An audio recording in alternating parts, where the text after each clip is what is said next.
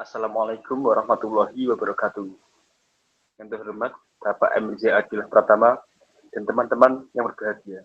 Pertama-tama marilah kita panjatkan puji syukur kepada Allah Subhanahu wa taala karena telah memberikan rahmat, kesehatan, dan keselamatan sehingga kita dapat berkumpul di ruang kehormat ini. Adapun topik yang akan kami bahas adalah material konstruksi. Perkenalkan, nama saya Denny Zakiata Fahmi dari Offering A yang akan bertugas sebagai moderator pada hari ini. Adapun anggota kelompok saya adalah Bintang Rista Arya Putra, Isma Putra Anugrah, Jafari Jalif Lahardo, Daniel Setiawan, Denny Zakiata Fahmi, Dharma Ari Wijayadi, Heri Bel Agustian, Dewita Anita, dan Diva Fuad Sadewa. Sedangkan rangkaian acara yang akan kita lewati adalah sesi pembukaan, sesi penyampaian dan penyajian materi presenter 1-5, sesi tanya jawab 1, sesi penyampaian dan penyajian materi presenter 6-10, sesi tanya jawab 2, dan sesi penutup. Untuk pertanyaan maksimal 2 per presenter dan tanggapannya maksimal 2. Teman-teman, langsung saja kita mulai ke sesi yang pertama. Untuk saudara Bintang Rista Arya Putra, waktu dan tempat dipersilahkan.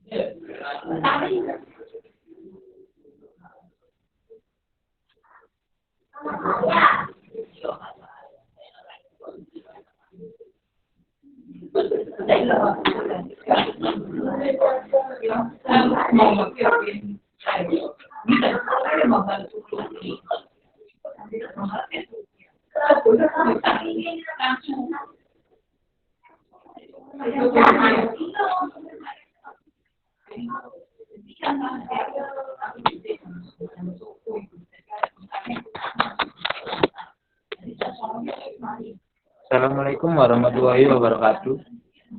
Saya Bintang Rista Arya Putra.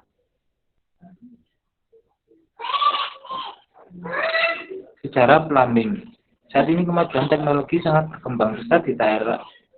Teknologi di bidang apapun mulai berkembang untuk mengikuti kemodernan zaman.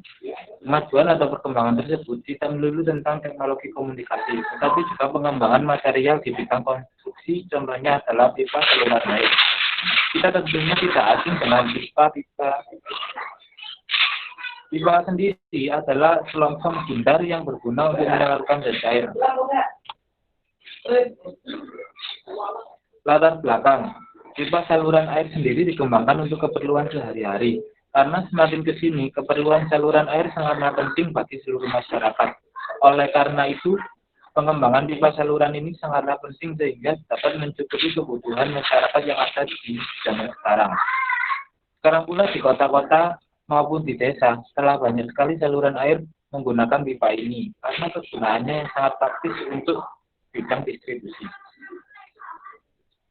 Perkembangan dari masa ke masa.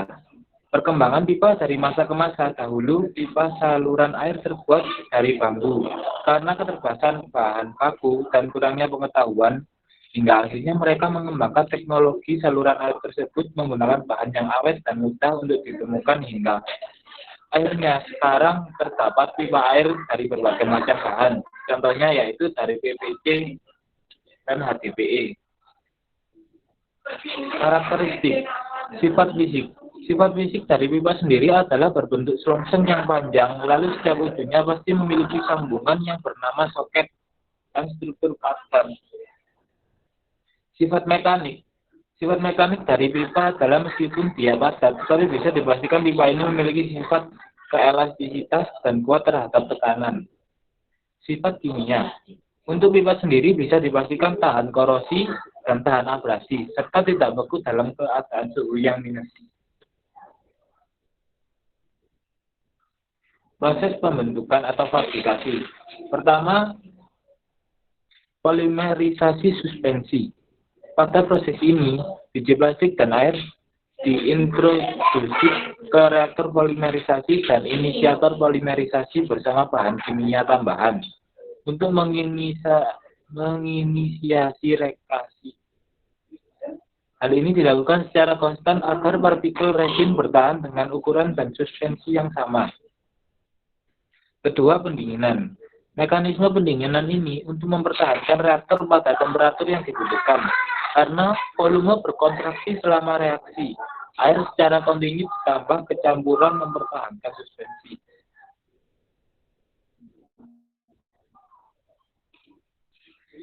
Terakhir yaitu memisahkan campuran.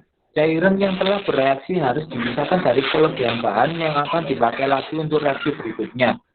Lalu, itu juga disentrifugasi untuk memisahkan kelebihan air.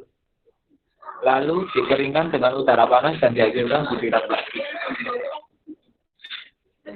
Tipe, jenis, dan golongan. Pertama, kita mengenal pipa PVC.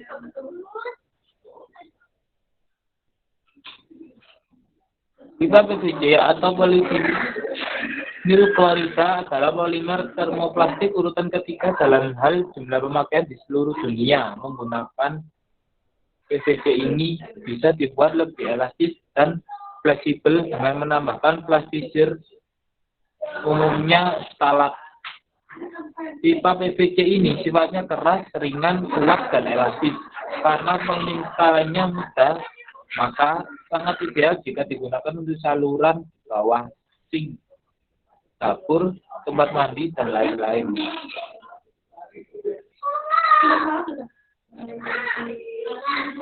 Pipa HDPE.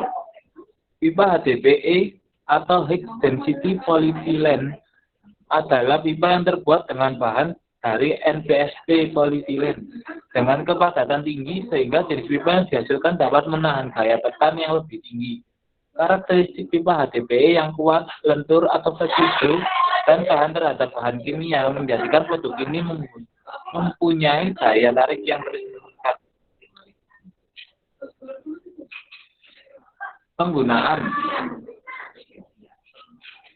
Penggunaan pertama dari pipa sendiri adalah instalasi air bersih, yaitu pemasangan pipa yang dilaksanakan setelah pemasangan bata dan sebelum pekerjaan plesteran dan asian. Tetapi untuk pemasangan di luar bangunan seperti pipa saluran air hujan dikerjakan setelah pekerjaan plesteran diselesaikan. Kedua, instalasi air kotor, yaitu pemasangan pipa untuk air kotor dan jalur pembuangan. Biasanya, pemasangan pipa ini terdapat pada tempat cuci piring, kloset, pembuangan air kecil. Ketiga, saluran air hujan. Saluran ini biasanya dipasang persis di bawah lubang talang yang telah diberi torong larang. Pemasangan saluran air hujan dapat dipasang menempel di dinding luar dengan menggunakan klem atau dapat ditanam di dinding rumah. Keempat adalah saluran pipa WC ke septic tank. Pipa ini dipasang dari saluran kloset menuju septic tank. Titik pemasangan pipa ini harus diperhatikan kemiringannya, karena kemiringan pipa dapat memperlancar penyaluran kotoran. Apabila digelontor dari titik pengguna pipa pada saluran ini harus yang berbalik. Pipa pada saluran ini harus yang berkualitas, karena untuk mencegah penyumbatan jika kapasitas septic tank penuh.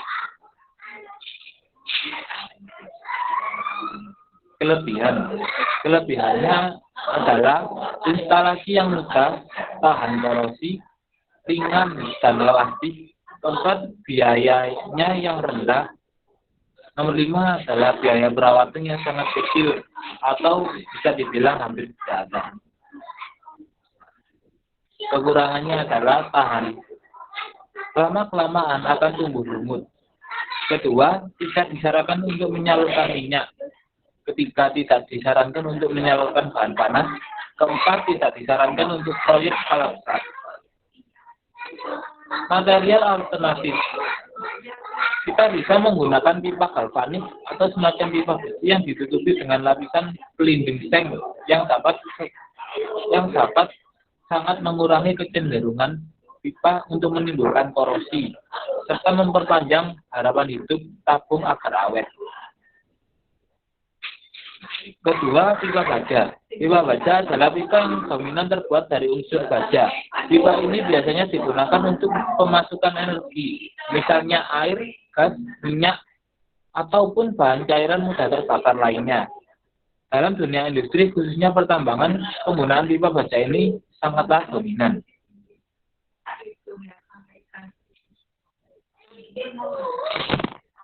Material alternatif terakhir adalah pipa tembaga.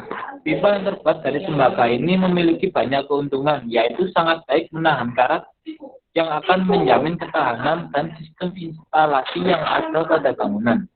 Penggunaan pipa ini relatif mahal karena bahan tembaga yang sangat mahal di pasaran, tetapi sesuai dengan kemahalan bahan tembaga tersebut, bahan ini sangat tahan terhadap karat sehingga awet dan sifat pembunuh bakterinya. Sehingga bahan ini banyak digunakan dalam instalasi plumbing di rumah sakit.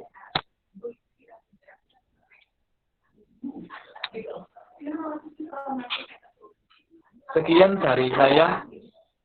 Ada yang mau ditanyakan?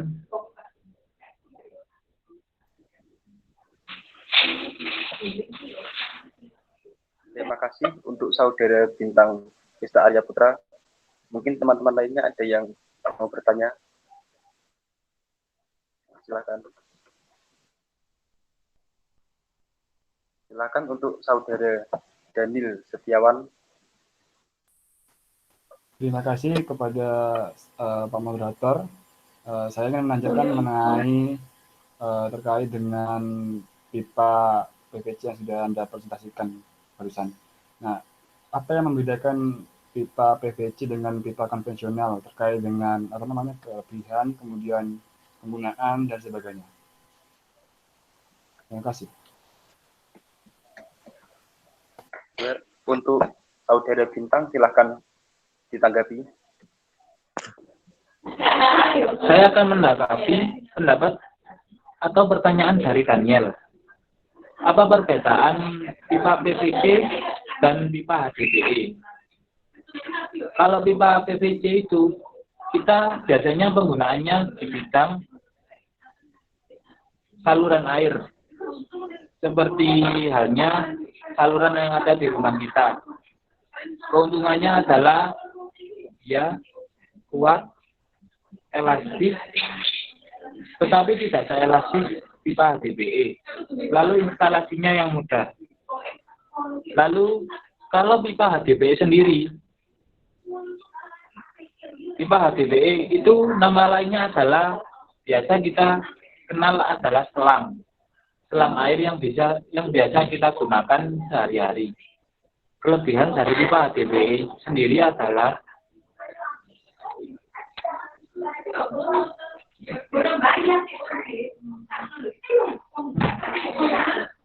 pipa ini dapat digulung hingga membutuhkan tempat yang minimalis dan instalasinya yang mudah. Kiranya itu yang dapat saya sampaikan.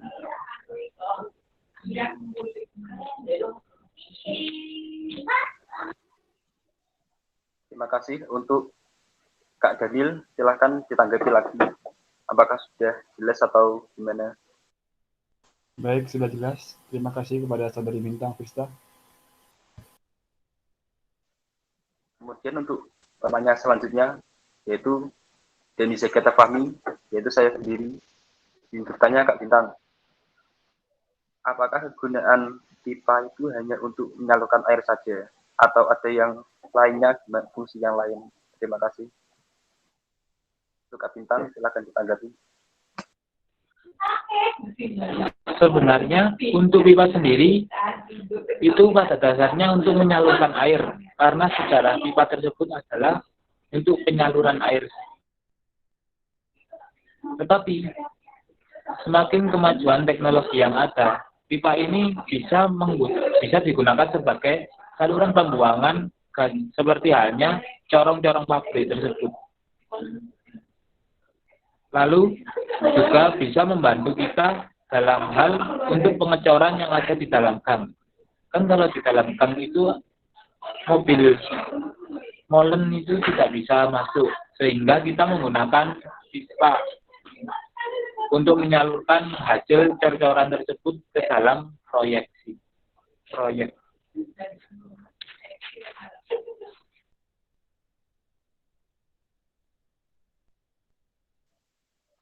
Terima kasih Kak Bintang sudah jelas. Kemudian untuk presentator kedua, untuk saudara Bisma Putra Anugrah, waktu dan tempat dipersilakan.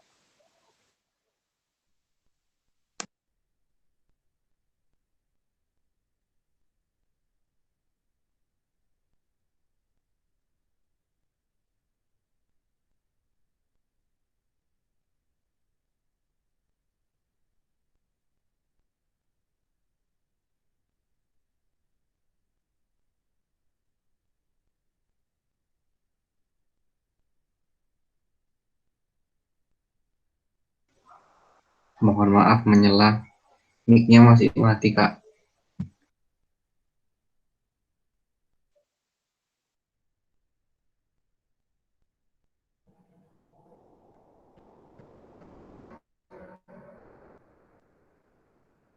Assalamualaikum warahmatullahi wabarakatuh. Pada kesempatan kali ini saya akan mempresentasikan tentang pekerjaan saya mengenai rel. Yang pertama adalah riwayat perkembangannya. Mulanya kereta dikenal dengan kereta kuda yang hanya terdiri dari satu kereta atau yang disebut rangkaian. Kemudian dibuatlah kereta kuda yang menarik lebih dari satu rangkaian serta berjalan di jalur tertentu yang terbuat dari besi dan dinamakan sepur. Ini digunakan khususnya di daerah pertambangan, tempat terdapat lori yang rangkaiannya dirangkaikan dan ditarik dengan tenaga kuda. Yang selanjutnya untuk karakteristik material, yang pertama adalah dapat mengalami pemuaian, yang kedua dapat mengalami penyusutan, ketiga dapat meleleh, dan yang keempat dapat berkarat. Untuk fabrikasi atau pembuatan, yang pertama adalah pemilihan biji besi. Menggunakan teknologi pemurnian sekunder untuk memastikan kualitas bagian dalam biji bilet, teknologi ini dapat mengontrol elemen residu dan kandungan gas serta memastikan kemurnian baja. Setelah melalui proses pemilihan, yaitu adalah pencampuran bahan, material pada komposisi rel adalah karbon, silikon, mangan, fosfor, dan sulfat. Kemudian bahan-bahan tersebut akan dicampurkan dan dipanaskan dengan suhu 1650 derajat Celcius. Setelah dicampur, akan dicetak menjadi menggunakan batangan dan menggunakan mesin rolling untuk menciptakan rel. Setelah itu dilakukan pelurusan karena setelah melakukan proses rolling akan mengalami bengkak sehingga perlu dilakukan proses pelurusan. Dan yang kemudian ada pemeriksaan dan yang terakhir adalah pemotongan. Selanjutnya adalah penggunaan. Rel memiliki fungsi sebagai jalur khusus dan pengarah jalannya kereta api atau sebagainya seperti tram, roller coaster, dan kereta gantung. Untuk kelebihan dan kekurangannya, yang pertama adalah kelebihannya dulu, yaitu mampu menahan tekanan gardan yang sangat tinggi, kemudian biaya perawatannya yang murah. Untuk kekurangannya adalah mudah aus, dapat berkarat, pemasangannya tergolong rumit. Untuk penggunaannya, rel ini memiliki fungsi sebagai jalur khusus dan pengarah jalannya kereta api atau sebagainya seperti tram, roller coaster, kereta gantung, dan lori. Sekian presentasi dari saya. Wassalamualaikum warahmatullahi wabarakatuh. Terima kasih untuk saudara Bisma. Kemudian untuk saudara Davari Salif Lahardo, waktu dan tempat dipersilakan.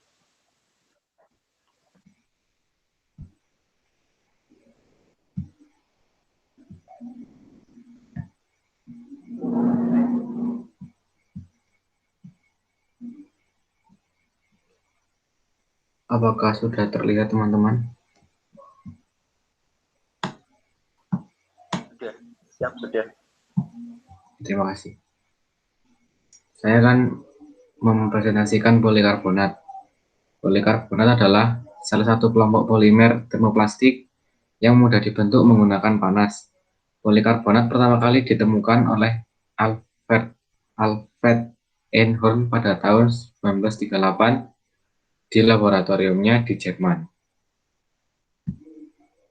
Ini contoh gambarnya. Lalu karakteristik material, sifat fisik, memiliki massa jenis sebesar 1,20 hingga 1,22 gram per cm persegi. Lalu penyerapan air sebesar 0,16 sampai 0,35%. Sifat mekanik memiliki kuat tekan sebesar lebih dari 80 MPa. Memiliki kuat tarik sebesar 55 sampai 75 MPa dan memiliki elastisitas sebesar 2 sampai 2,4 GPa. Lalu sifat kimiawi memiliki ketahanan korosi yang bagus dan mudah rusak bila terkena zat asam. Proses fabrikasi. Polikarbonat utama terbuat dari campuran antara reaksi bisphenol A dengan fosgene COCl2. Langkah pertama adalah mencampurkan bisphenol A dengan natrium hidroksida yang mendeprotonasi hidroksil dari bisphenol A. Di sini ada contoh rumusnya seperti ini. Lalu difenoksida bereaksi dengan fosgen menghasilkan kloroformat. Lalu diserang dengan fenoksida lain yang bereaksi menjadi seperti ini.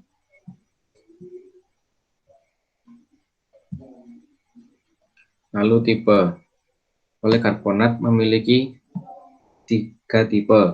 Yang pertama adalah twin light polikarbonat, yaitu material kualitas terbaik dan paling awet dengan ketebalan 6 mm. Usia pemakaian 5-10 tahun, namun harganya paling mahal dibanding tipe yang lain. Yang kedua, solar light polikarbonat, material kualitas nomor 2 dengan ketebalan 5 mm. Usia pemakaian maksimal 10 tahun dengan harga yang lebih terjangkau. Yang terakhir, solid polikarbonat, material kualitas terakhir dengan ketebalan 4 mm dengan usia pemakaian 5 tahun. Lalu ada penggunaan. Untuk di Indonesia sering digunakan untuk atap garasi mobil di depan rumah atau biasa disebut dengan kanopi. Lalu untuk kelebihannya, tahan lama karena memiliki struktur yang kuat dan ketebalan setebal 4 mm sampai 5 mm. Lalu ringan karena massa jenisnya hanya sebesar 1,20 hingga 1,22 gram cm persegi. Nomor 3, mudah dibentuk karena memiliki struktur yang fleksibel dan memiliki motif dan tekstur yang berbeda-beda. Yang keempat, dapat mentransmisikan cahaya hingga 89%, sehingga dapat mengurangi pancaran sinar matahari yang diterima. Lalu yang terakhir, harga yang relatif murah, sekitar 150.000 hingga 1,5 juta, tergantung ukuran dan ketebalan. Lalu untuk kekurangan, yaitu mudah tergores. Lalu sensitif terhadap bahan kimia, sehingga mudah rusak bila terkena zat asam dan zat benzin. Yang ketiga, tidak ramah lingkungan, karena saat pembuatannya memerlukan zat fosgen dan zat klorin yang berbahaya bagi manusia dan bagi lingkungan sekitar. Yang terakhir, berisik karena saat terkena hujan menimbulkan suara yang bising. Lalu, material alternatif.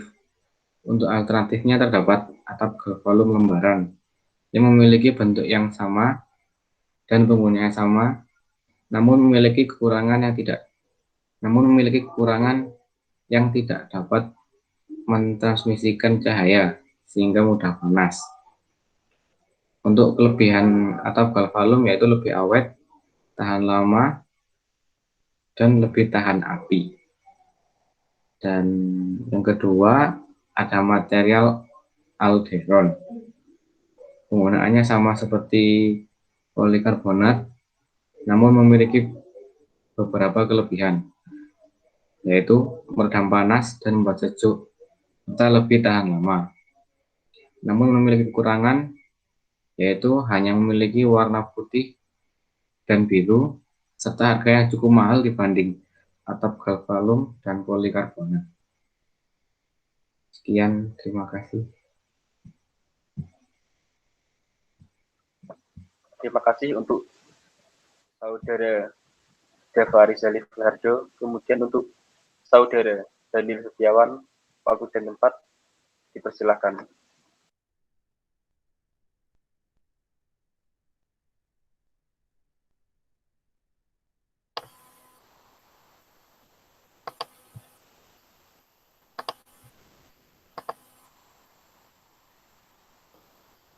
Apakah sudah tampil di layar, teman-teman? Belum. Ya, belum. Apakah sudah? Sudah. Baik. Sudah.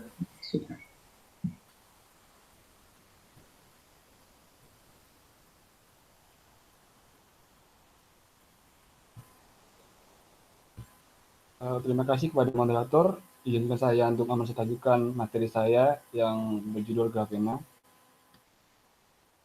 Nama saya Daniel Setiawan. Saya akan memulai presentasi saya. Jadi di sini ada 5 poin yang akan saya bahas, yang bisa teman-teman baca. Ada apa itu grafena, kemudian cara pembuatannya, mengenai kelebihan, juga kekurangan, dan penggunaannya. Kemudian apa itu grafena? Jadi grafena adalah alat rock karbon yang berbentuk lembaran heksagonal, kemudian dia berbentuk datar, serta ukurannya yang tipis, yang tersusun menyerupai sarang lebah. Jadi jika kita melihat secara ukuran mikroskopis begitu, maka dari sudut yang berbeda maka kita akan mendapati bentuk yang menyerupai sarang lebah. Kemudian sifatnya sangat kuat dan ringan dengan berat hanya 0,77 mg per lembarnya atau per cm kubiknya. Kemudian tersusun dari beberapa lembaran karbon yang terikat dengan gaya van der Waals. Untuk sekedar mereview lagi, jadi gaya van der Waals adalah gaya yang timbul akibat muatan antar elektron, yang dimana di sini adalah karbon yang membentuk heksagonal. Kemudian di sini bisa kita lihat di sebelah kiri ada contoh gambar dari grafena. Bisa dilihat sini ada karbon yang berbentuk heksagonal. Kemudian jika kita lihat dengan sudut pandang yang berbeda, maka kita mendapati bentuk yang menyerupai sarang lebah. Kemudian di sebelah kanannya ada grafena yang bisa kita lihat secara visual, kemudian bisa kita raba secara fisik, gitu.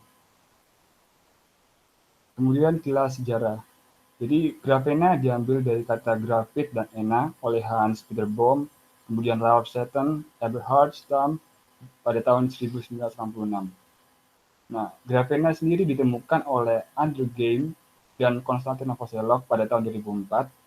Kemudian grafena ini dirumuskan oleh P.R. Wallace tahun 1947 dengan judul buku Band Theory of Graphite.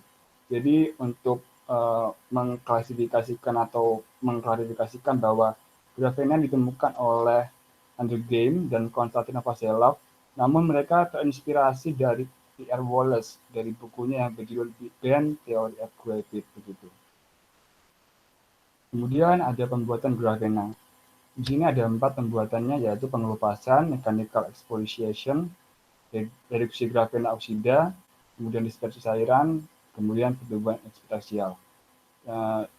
Mungkin saya akan membahas hanya di pengelolaan saja, karena itu yang lebih gampang dalam pembuatannya. Baik, pengelupasan. Jadi pengelupasan dilakukan yaitu adalah pengelupasan lapisan grafit. Kemudian pengelupasan ini dilakukan dengan menempelkan solatif atau isolatif ke lapisan grafit dan dilakukan berulang-ulang guna mendapatkan lapisan grafit yang tipis. Jadi pengelupasan grafit ini dilakukan oleh Novoselov dan Andrew Game itu sendiri terhadap sebuah pensil. Kemudian langkah pembuatan metode. Jadi yang bisa kita persiapkan alat dan bahannya adalah isolatif, kemudian pensil yang sudah diraut, kemudian media, baik itu kertas, tembok, dan lain-lain, kemudian pinset. Kemudian langkah pembuatan metode. Jadi kita pertama yaitu menggesekkan grafit yang ada pada ujung pensil ke media yang digunakan, yang seperti sudah dijelaskan sebelumnya. Kemudian lakukan hingga benar-benar hitam. Kemudian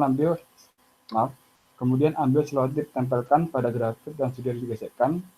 Kemudian siapkan selotip kedua untuk ditempelkan ke selotip pertama. Lakukan hal ini berulang-ulang. Jika sudah didapat grafit yang sangat tipis, maka ambil pinset untuk diambil grafitnya. Dan grafena sudah siap digunakan.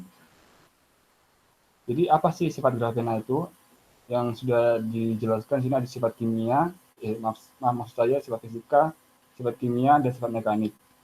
Sifat fisika. Jadi sifat fisika dari grafena adalah grafena menjadi pengantar listrik yang sangat baik. Hal ini terjadi karena massa yang sangat kecil. Kemudian grafena memiliki ketebalan yaitu sekitar 0,5 cm dan berat hanya 0,77 mg per lembarnya. Kemudian memiliki kekuatan yang sangat luar biasa. Kemudian elektron yang berperilaku sebagai foton tanpa bermassa. Sifat kimia. Sifat kimia dari grafena yaitu mempunyai gaya van der Waals yang sangat kuat, seperti yang sudah saya jelaskan sebelumnya. Kemudian tersusun dari karbon-karbon yang berbentuk heksagonal. Sifat mekanik dari grafena yang pertama, dia sangat tahan uji, dia memiliki daya tahan uji yang sangat kuat, dengan modulus yang hanya sebesar 0,1 terapascal. Kemudian memiliki daya hantar listrik yang sangat besar, kemudian memiliki kekuatan patah sebesar 42 Newton per meter. Kelebihannya yaitu memiliki daya tahan beban sangat kuat dan kemudian sangat ringan, kemudian 200 lebih kuat dari baja dan berlian, juga multifungsi, dapat menjadi inisiasi di masa depan sebagaimana diincar oleh para peneliti dan dapat ditemukan di mana saja. Juga material ini sangat transparan yang menambah yang menambah nilai guna dari material ini.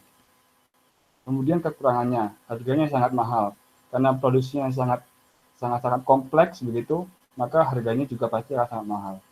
Kemudian eksistensinya mulai berkurang karena para peneliti karena para peneliti melihat kegunaan dari grafena ini, maka secara analitis kita dapat menyimpulkan bahwa grafena di sini akan semakin berkurang. Kemudian tidak tahan terhadap api. Untuk penggunaan penggunaan dari grafena yang pertama adalah layar transparan, kemudian dapat menyimpan energi surya, kemudian dapat membuat beton super kuat, dapat menjadi cat dinding rumah, anti karat, dapat menjadi jembatan yang kuat dan kokoh, dan dapat menjadi inisiasi semen yang sangat kuat. Sekian, terima kasih.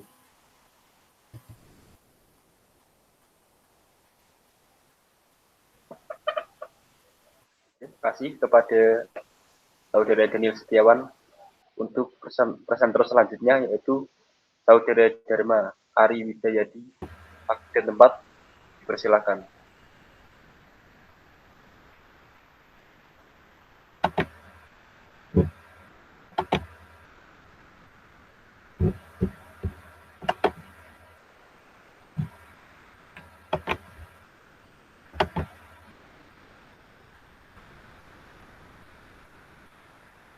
Ada gak? Belum. Belum.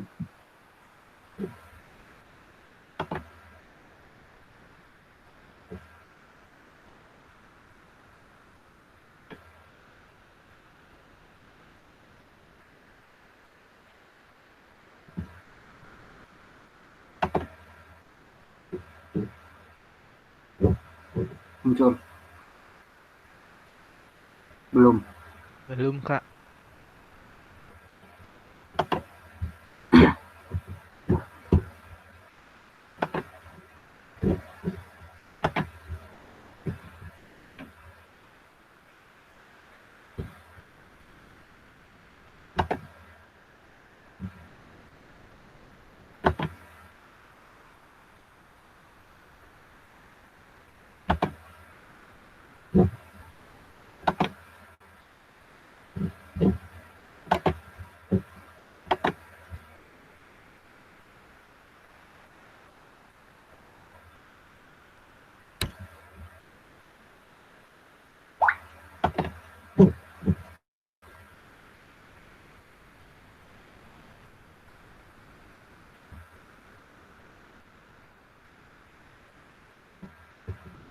Belum juga.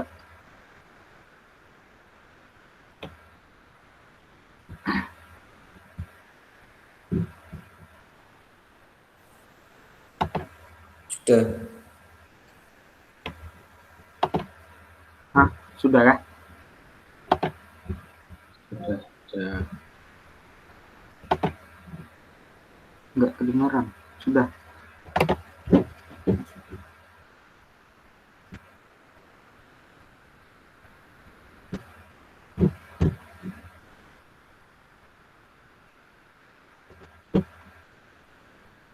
Sudah kah? Sudah. Sudah.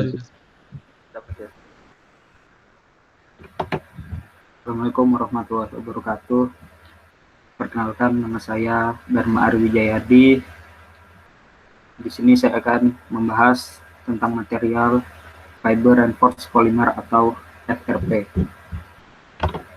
Poin-poin yang akan saya bahas adalah yang pertama tentang riwayat perkembangan, karakteristik material, proses fabrikasi, tipe, penggunaan, kelebihan, kekurangan, dan material alternatif. Untuk riwayat perkembangannya, jenis fiber reinforced polymer yang pertama kali diciptakan adalah oleh seorang peneliti yang bernama Dr. Bay Khalid dan disahkan pada tanggal 5 Februari 1909. Dan ini contoh materialnya. Terus karakteristik material. Karakteristik material dari material ini ada 3, yaitu sifat mekanik, sifat kimia, dan sifat fisik. Untuk sifat mekaniknya, yang pertama kekuatan, yang kedua kekakuan, yang ketiga keluasan, dan yang keempat kemampuan untuk menampung beban. Untuk sifat kimianya, memiliki ketahanan korosi yang baik, tidak larut di dalam air, dan tidak ada masalah rusti yang terjadi di serat karbon.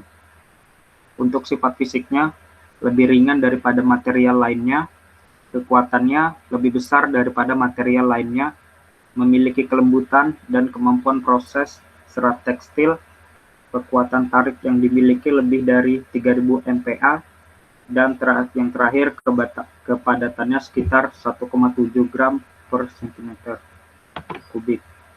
Untuk proses fabrikasi atau pembuatan atau persiapan material atau treatmentnya ada 3, yaitu bahan baku yang digunakan adalah jenis prekursor. Proses pembuatan serat karbon ialah dengan bagian kimia dan mekanis, dan yang terakhir selama proses pembuatannya berbagai gas dan cairan banyak sekali digunakan.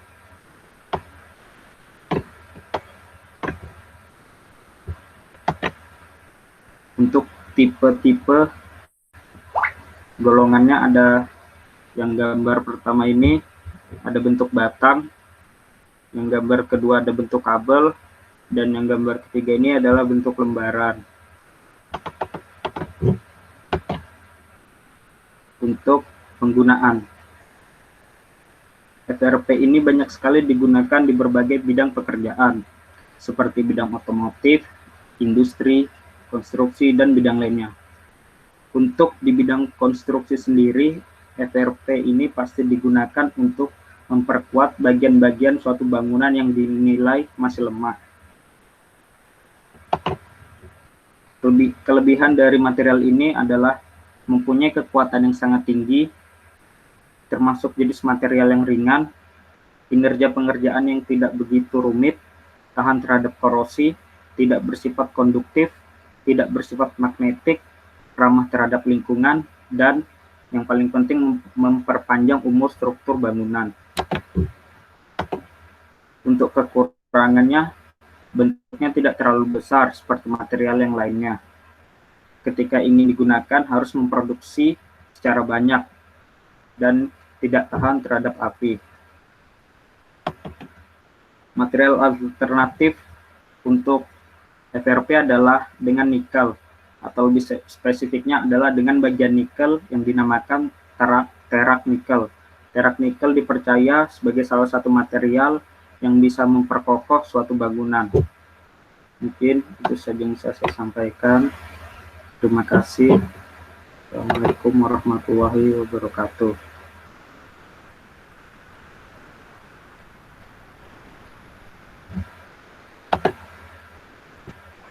Terima kasih. Terima Ari Wijayadi. Untuk acara selanjutnya yaitu sesi tanya jawab. Tanya, silakan.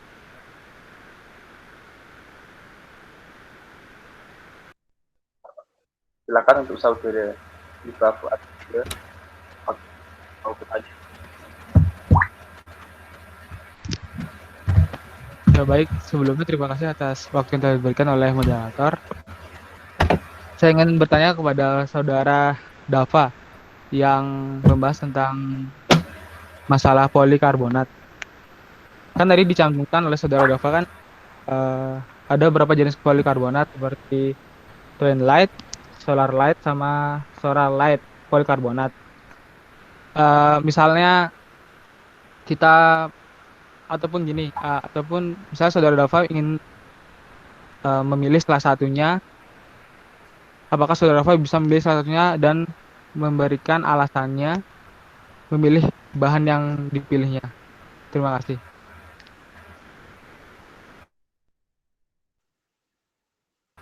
Silakan untuk saudara Dava Rizal Baharjo. Terima kasih atas pertanyaannya. Untuk menurut saya lebih memilih tipe yang twin light, karena material tersebut adalah material yang paling terbaik, tebal, dan yang paling tahan lama. Ini jawaban saya. Terima kasih.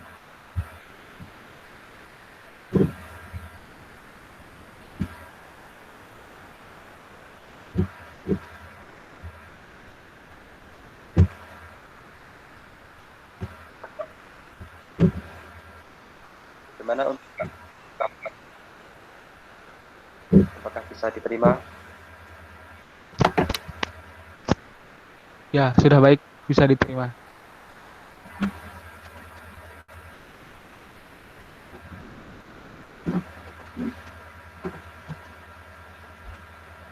Apakah sudah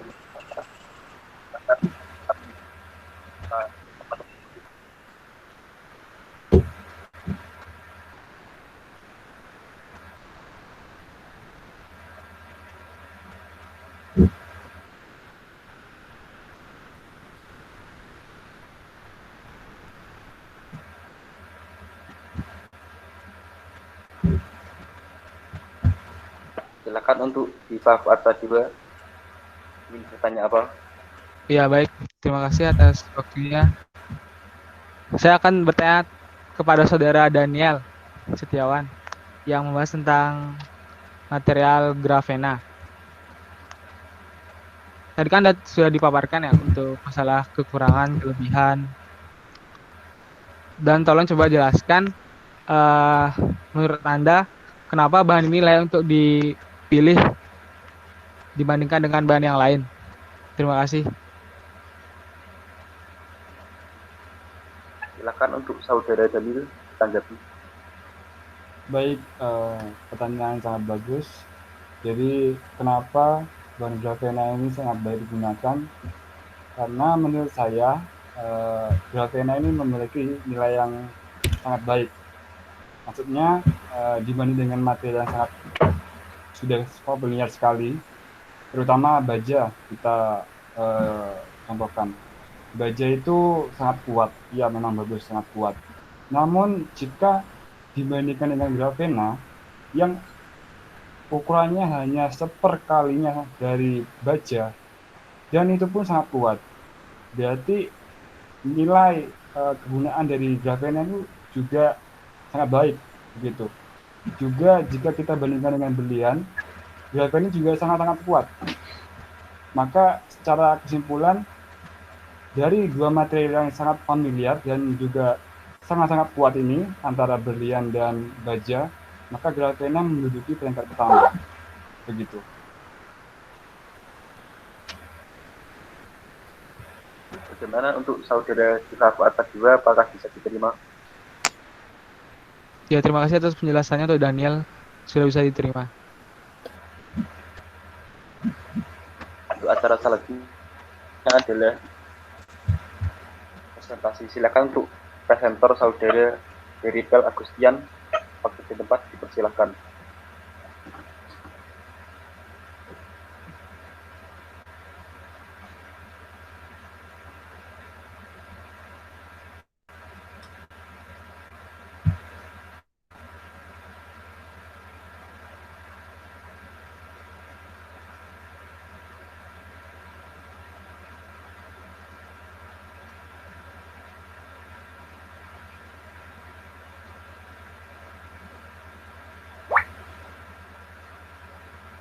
Untuk saudara Deripel Agustian sebagai presenter, waktu dan tempat dipersilakan.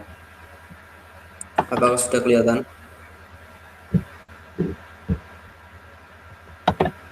Belum. Belum.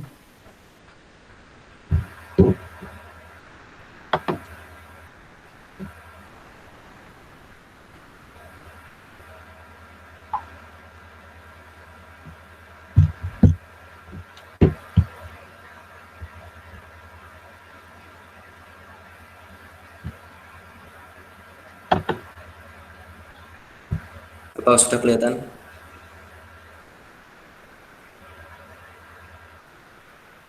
Siap, sudah. Siap, sudah.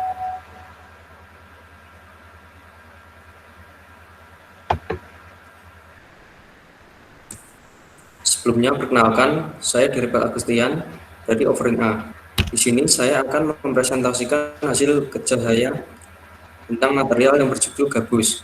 Gabus merupakan suatu bahan apung yang berasal dari tumbuhan alami maupun buatan manusia atau sintetis. Riwayat perkembangan.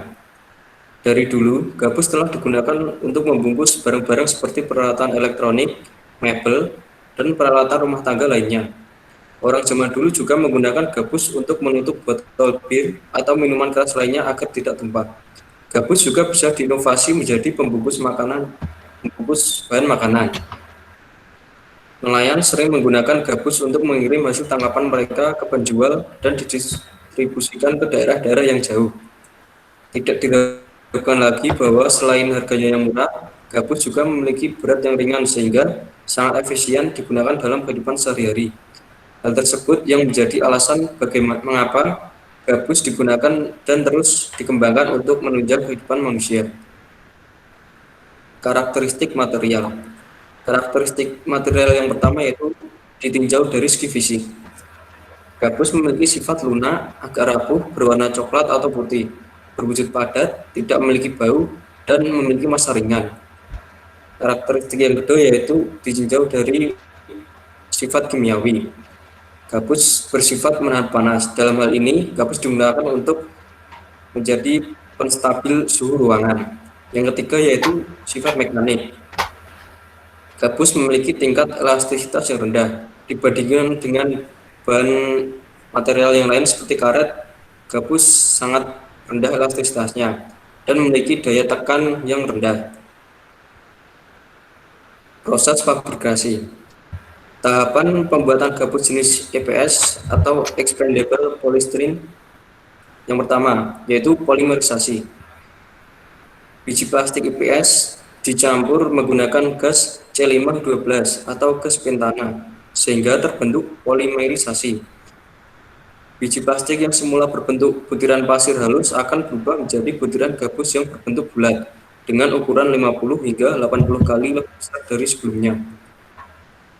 Proses yang kedua yaitu ekspansi atau stabilisasi. Butiran yang telah dikembangkan bisa diatur menggunakan mesin dengan temperatur sekitar 90 hingga 120 derajat Celcius, memberikan tekanan 1 kg per cm3, dan juga lama proses. Tahap ini mirip pada saat kita akan membuat popcorn. Yang ketiga yaitu injeksi material.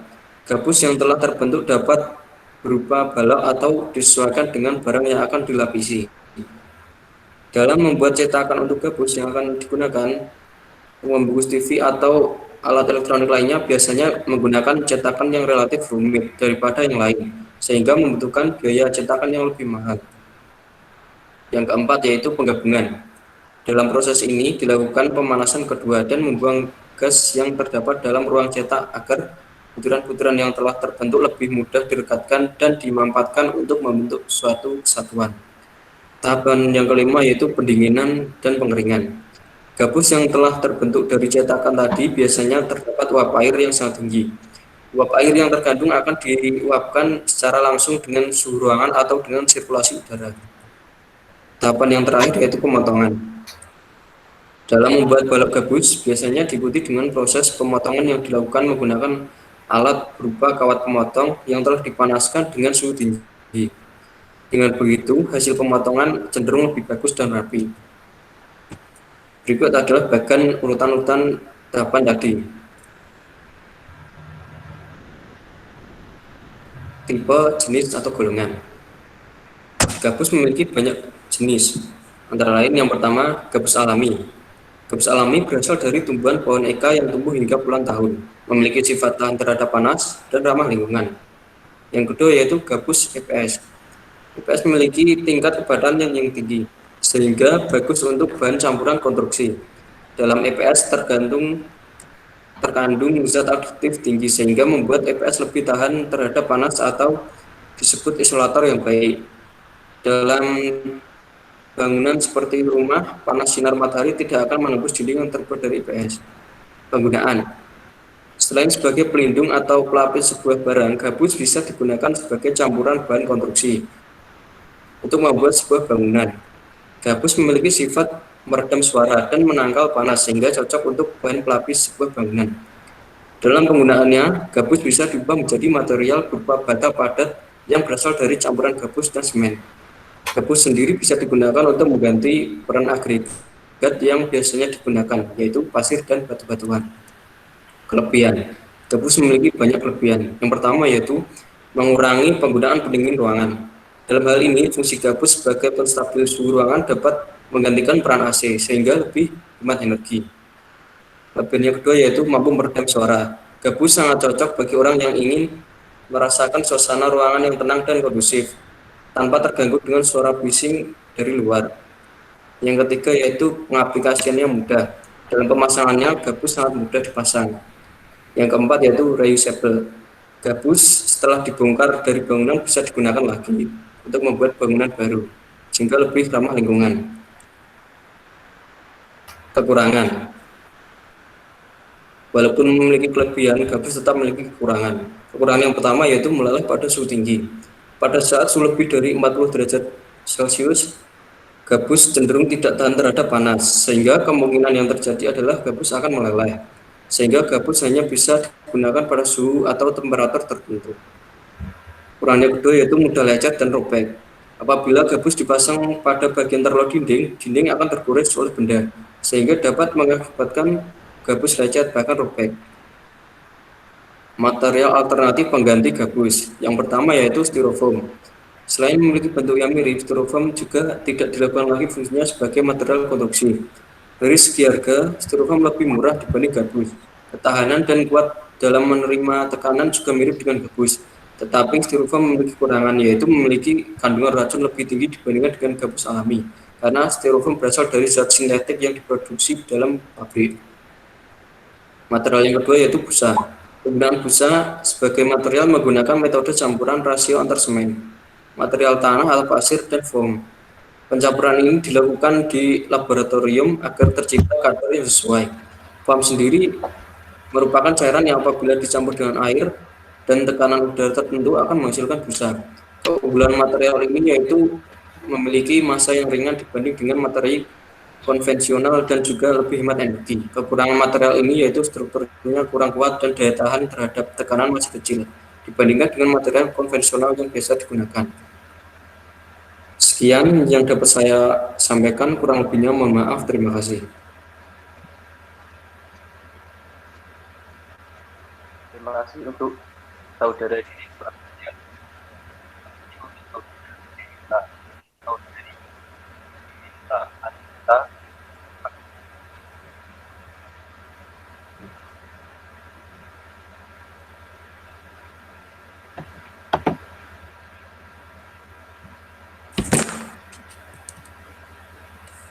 Apakah sudah terlihat?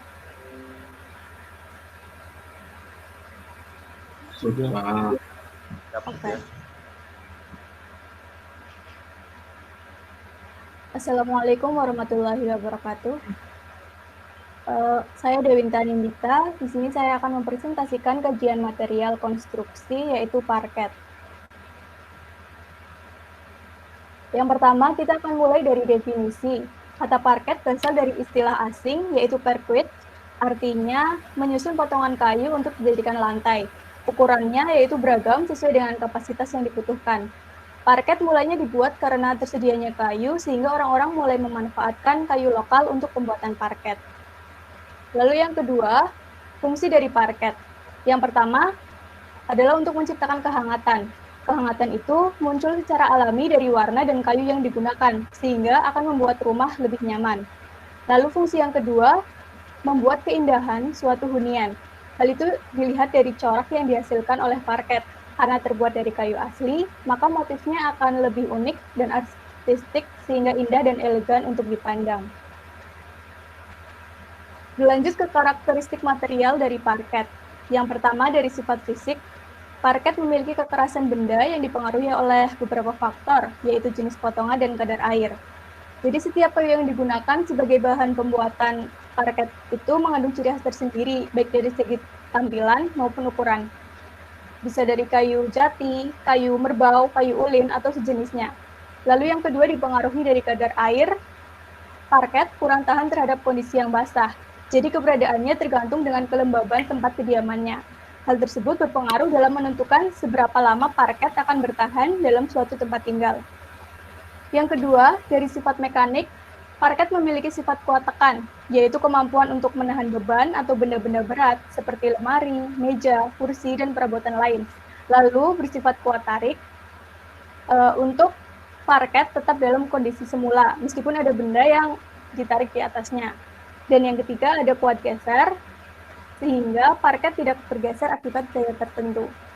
Lalu sifat kimia dari parket adalah rentan terhadap kelembaban, karena bisa membuat parket berjamur, keropos, dan juga tidak tahan lama.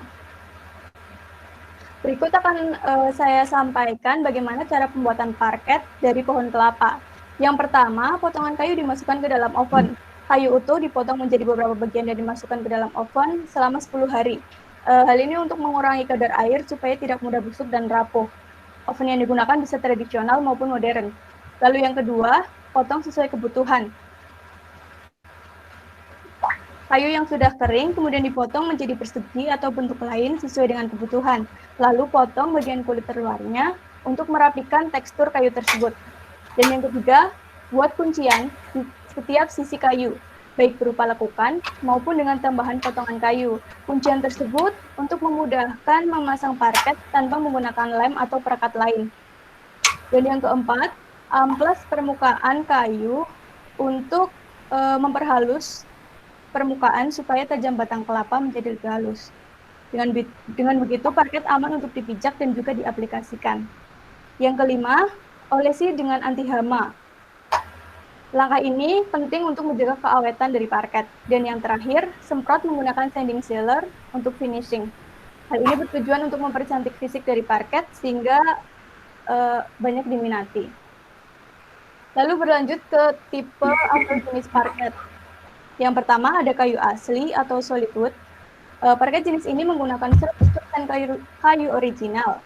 Biasanya bentuknya berupa potongan kayu kecil-kecil yang berasal dari kayu keras. Lalu yang kedua ada engineered parquet. Parket ini berbentuk lapisan dari kayu asli dan juga kayu tambahan. Nah, fungsi dari kayu tambahan ini adalah untuk mengurangi harga agar bisa terjangkau oleh masyarakat umum. Lalu yang ketiga ada laminate parquet, yaitu parket yang menggunakan serbuk kayu sebagai bahan dasar pembuatannya. Umumnya parket laminating ini memiliki beberapa lapisan yang fungsinya juga berbeda-beda. Bagian paling bawah itu untuk mengatur kelembaban. Lalu bagian atasnya ada kayu asli dan bagian atasnya lagi ada lapisan untuk memunculkan motif dari parket dan bagian paling atas ada lapisan transparan sehingga bisa melindungi lapisan di bawahnya agar menjadi lebih kuat. Bisa dilihat perbedaan dari ketiga tipe jenis tersebut. Lalu kita beralih ke kelebihan parket. Kelebihan parket yang pertama adalah tampilannya indah dan unik. Parket memiliki tampilan yang lebih menarik karena menggunakan bahan dasar kayu asli. Lalu yang kedua, tahan lama. Yang ketiga, aman. Karena parket terbuat dari kayu asli sehingga tidak ada zat aneh yang membahayakan. Lalu yang keempat, harga jual tinggi.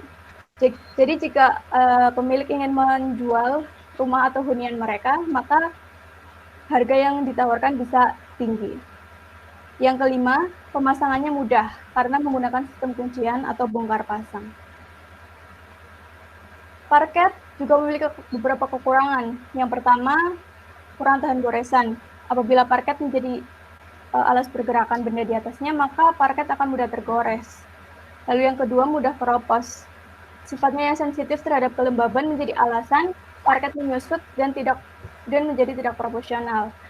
Hal ini juga bisa disebabkan karena adanya hewan pengerak seperti rayap. Yang ketiga, parket mahal. Lalu yang keempat, pembersihannya lumayan sulit atau perawatannya lumayan menguras tenaga karena harus dilakukan semaksimal mungkin untuk menjaga keawetannya. Sekian yang dapat saya sampaikan. Terima kasih. Wassalamualaikum warahmatullahi wabarakatuh.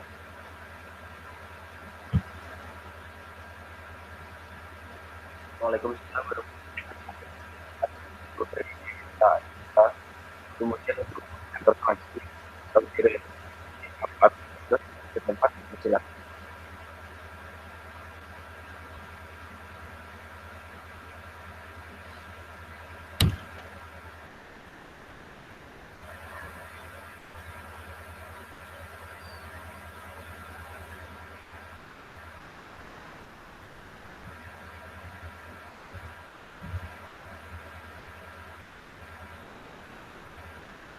Apakah sudah terlihat teman-teman?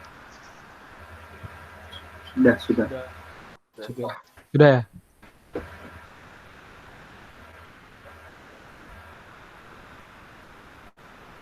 Baik, sebelumnya Assalamualaikum warahmatullahi wabarakatuh. Perkenalkan, nama saya Diva Fuad Sadewa. Baik, di sini saya akan mempresentasikan tugas mata kuliah Teknologi Bahan Konstruksi.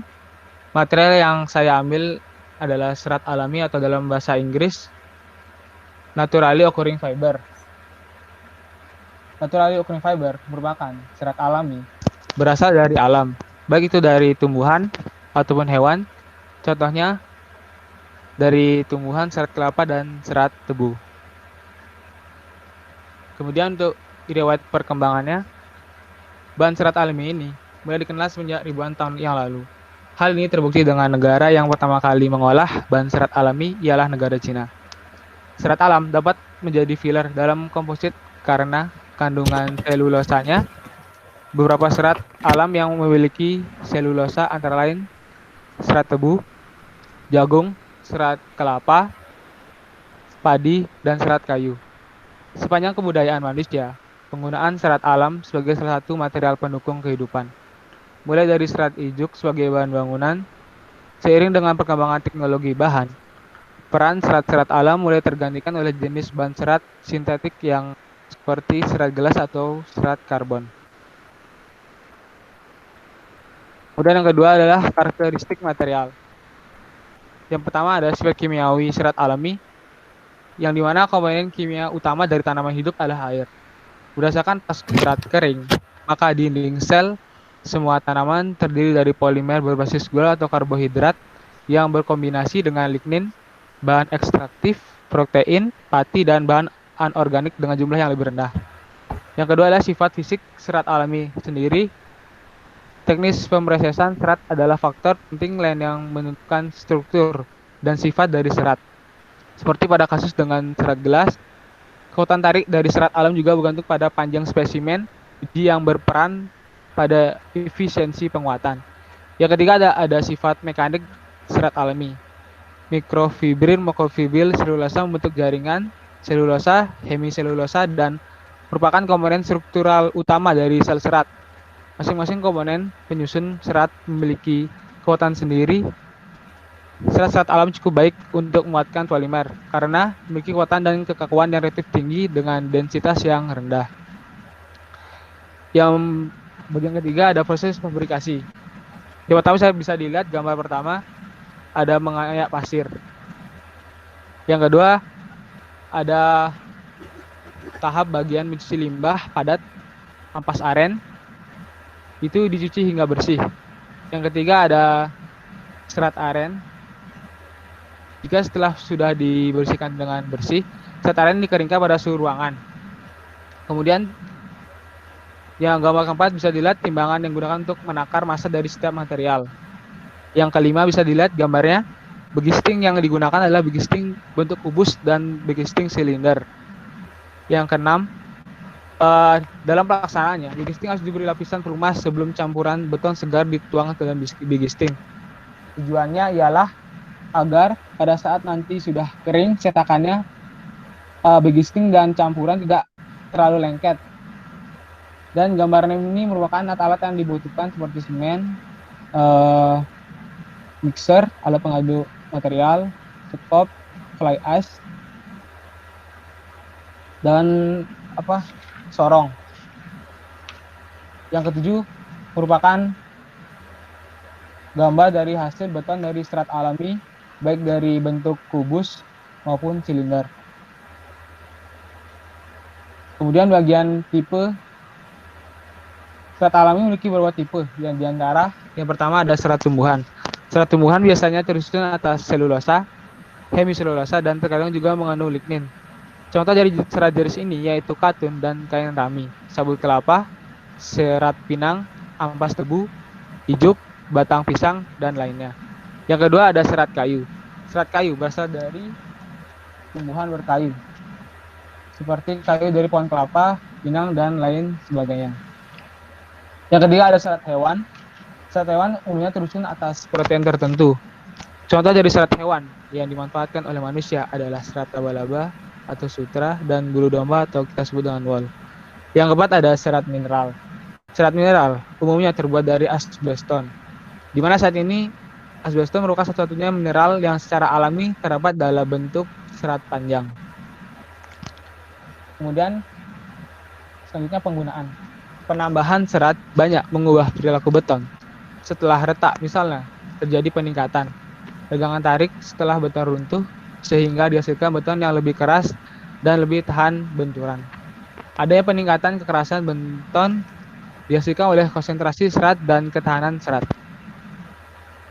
Kemudian bagian kelebihan.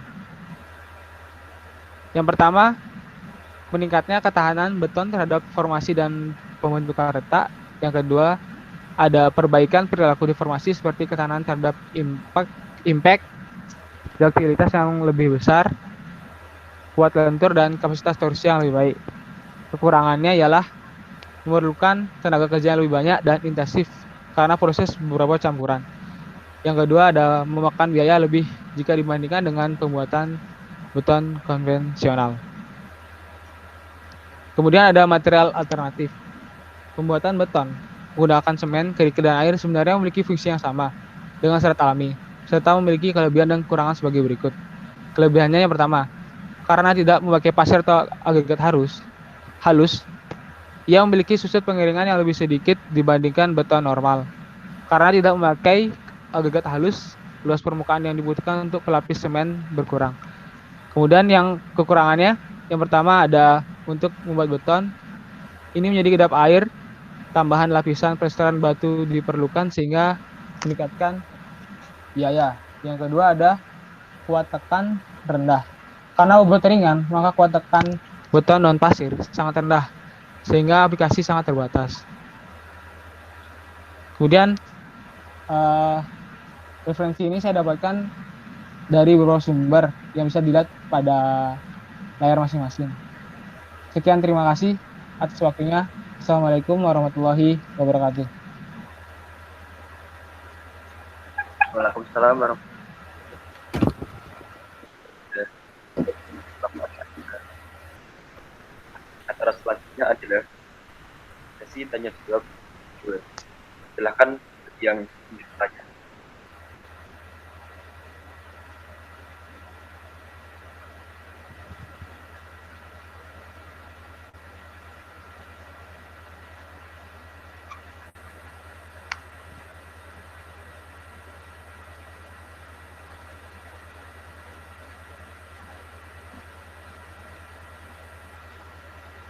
Silakan untuk Kak Jeripel Agustian, dipersilakan.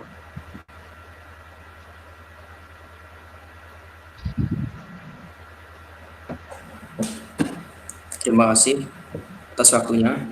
Saya ingin bertanya kepada Dewinta Anindita. Tadi material Parkwell memiliki kekurangan, yaitu mahal. Material apa yang bisa menggantikan Parkwell karena sifatnya itu? Terima kasih.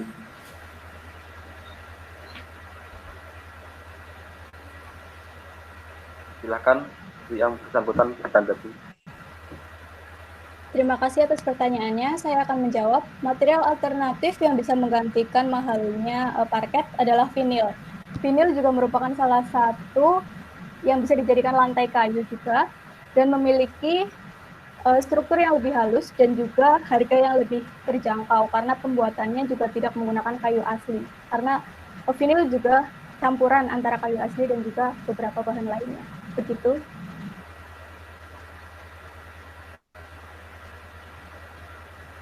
Bagaimana untuk Kak Jeripel Agustian, apakah bisa diterima? Siap, bisa diterima.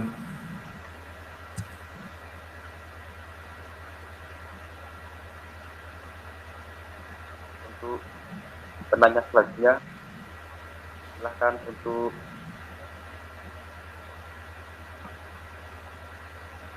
Kak Siva Atsadiwa, silakan. Baik, terima kasih atas waktu yang telah diberikan oleh moderator. Sebenarnya saya ada dua pertanyaan untuk Deripel dan Dewinta Anindita. Yang pertama dari Deripel yang membahas tentang material gabus. Kan disebutkan tadi di paparannya untuk gabus alami kan disebutkan dari apa asalnya kan dari pohon eka. Bisa jelaskan pohon eka itu apa ya? Kemudian untuk pertanyaan untuk Dewinta Anindita yang membahas tentang paparan apa material parket ya. Parket itu kan sifat mekaniknya dijelaskan memiliki kuat geser, kuat tekan. Untuk kuat gesernya yang saya tanyakan, kan tadi kekurangannya kan disampaikan bahwa parket ini memiliki kurang tahan goresan. Nah, yang dimaksud kuat geser sama kurang tahan goresan itu gimana ya? Kan itu kan kalau kuat geser sama kurang tahan goresan kan maksudnya masih berkesinambungan tentang pergeseran. Nah, bisa dijelaskan? Terima kasih.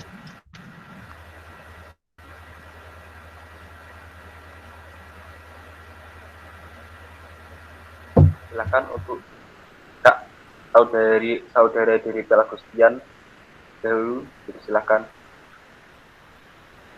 Baiklah, saya akan menjawab pertanyaan dari Diva Fatsadewa. Pohon eka itu berasal dari merupakan kata bahasa Yunani. Itu merupakan berbagai spesies semak-semak yang tinggi dan menjulang itu memiliki ketebalan yang sangat tebal, dan di dalamnya itu terdapat gabus yang dimodifikasi menjadi material. Sekian, terima kasih.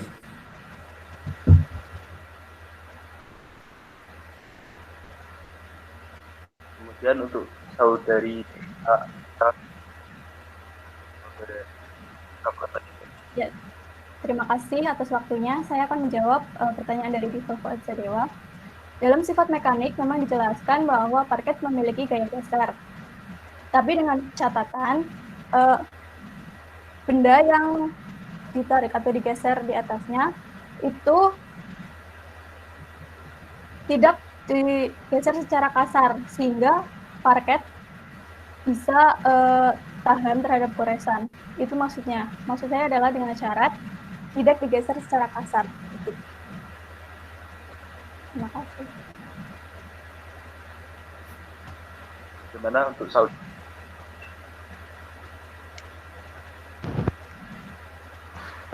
Ya, terima kasih untuk jawaban saudara dari Pak Agustin dan Dinta Dinta. Bisa diterima.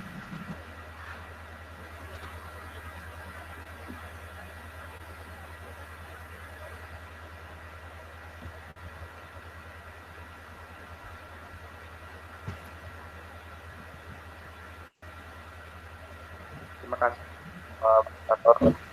Kesimpulannya PVC sangat smart dan penggunaan bisa menjadi struktur seperti asap, pelapuk asap dan